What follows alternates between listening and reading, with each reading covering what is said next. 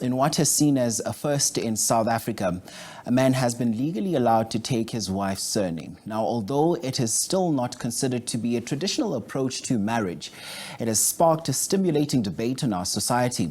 Now, men are usually seen as the ones with the inherent right to extend the family name with regard to African norms and values. And what doors does this also open?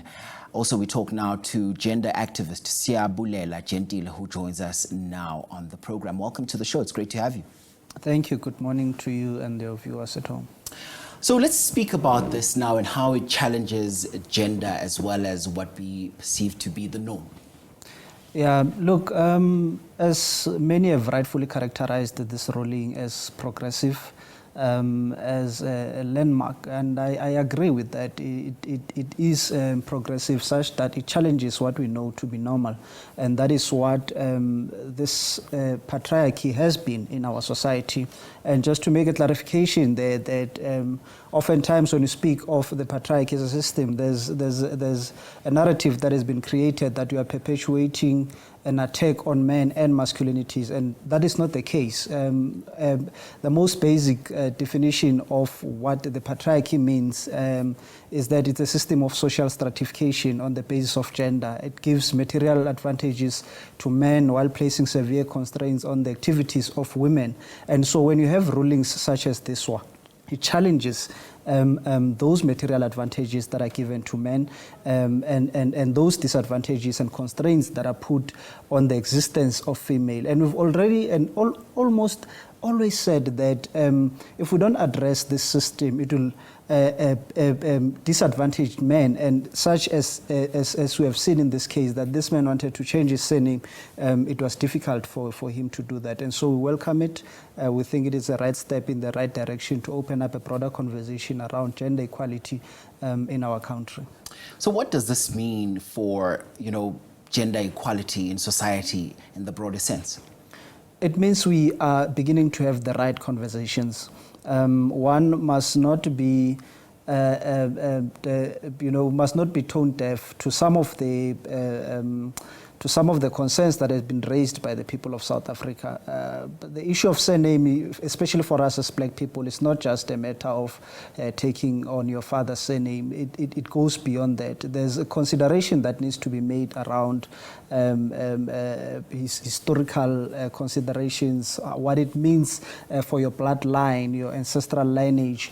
But also there's also a consideration that needs to be made for those who prescribe or who subscribe to certain religious views that would say, this is the bone of my bones, flesh of my flesh, she shall be called woman. So the woman was designed to come and support or to be a helper to this man. And there are people who genuinely believe that because of that, the woman needs to take the surname. And so the conversation is broad, it's deep. I believe that we have just started scraping the surface. But again, it is a conversation that needs to be had. And also to alleviate some of the fears of the people out there, to say that this is against our culture. Now it means that it is not, the law does not say that now men must go out, when they marry, they will take automatically women's surname. No, it only means that those who wish to go that route will now be protected by the law, and they have their constitutional right preserved to choose which surname they wish to take on. Now, see, I'm keen on finding out on how does this actually challenge what you would term the norm. When we look at the African context, or maybe in any township context, for example, when you have a man that would maybe be living with their female partner at the time, you'd actually have some comments coming through in the form. Some would even call him as barmakoti, loosely translated as a husband-wife, in a way. So this move, what does this mean? Does this not exacerbate or play directly to those sort of behaviors that we see in those settings? No, most definitely. But what it also does, it presents us with a unique opportunity to challenge them and confront them directly, to say that there are amongst us those amongst us in the society who choose to follow this route and live their life. And that is what essentially constitutional democracy is. It means that I need to have an opportunity to choose what I want or how I want to live my life, as long as it does not infringe on the rights of others. And so if Mr. Masango decides to be a Sbar Makoti, then so let him be. It shouldn't be there to impose what we believe on others, as to be culture, as to tradition. And what now this does is that it challenges what we have come to term as normal. That normal is changing. Normal is no longer the same.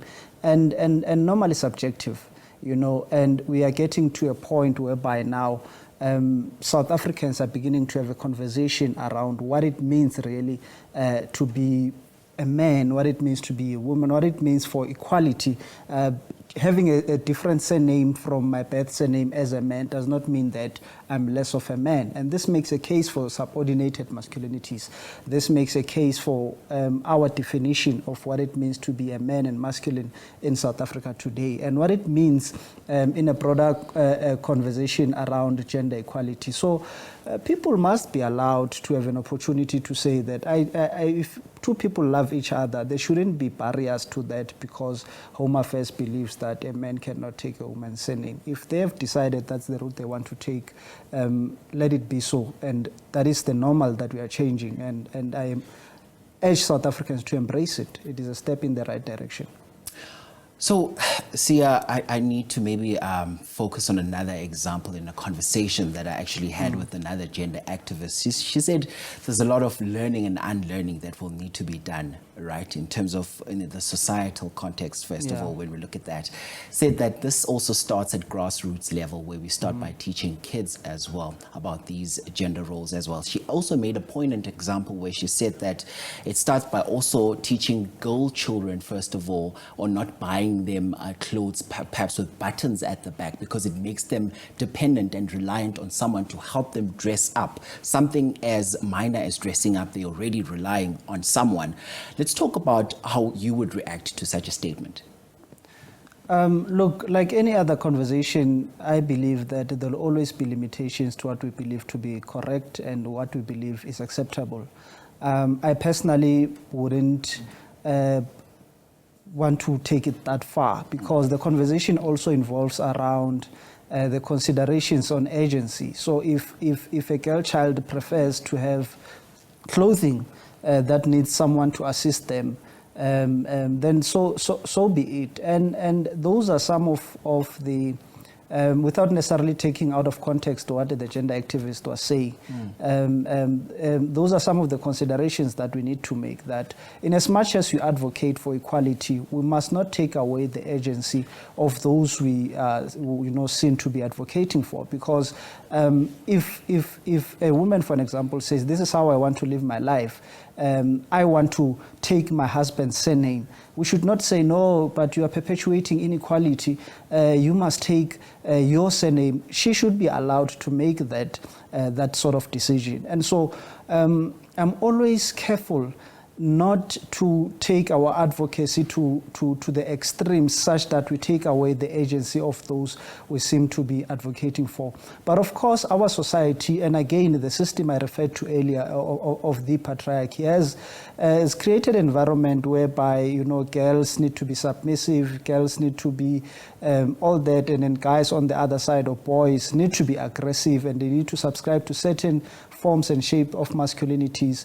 And so when you get to laws such as this one now, that challenges what we've always known as to be this way of masculinity, now you feel like your entire existence has been shaken, and that is not correct.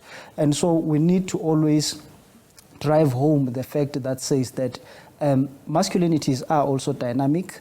They need not to be characterized by whether a man takes the woman's surname or not. You are still a man even if you decide to take the surname of your partner. So I'm sure you appreciate the fact that I'm trying to speak to a lot of things, because the conversation is very deep, and we need to keep challenging each other and having open and broad conversations around this. But again, I would really want to say that this ruling must be taken within the context which it exists, that there are people who want to live their lives this way. It takes away nothing from me and my traditional or religious or cultural views. And so those people must be allowed, and there must be a consideration in the law that allows them to do that. All right, so listen, let's park it here for now. I wish we had more time to unpack this, but thank you so much for your time on the program today.